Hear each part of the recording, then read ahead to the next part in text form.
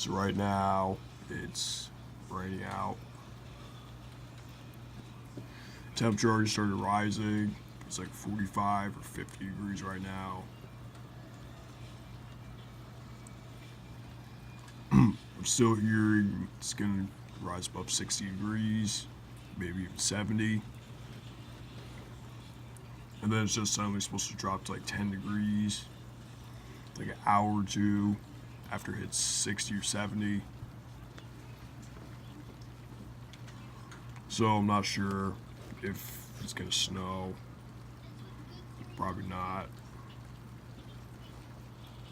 Because I'm pretty sure the storm's gonna end sometime overnight or early tomorrow morning.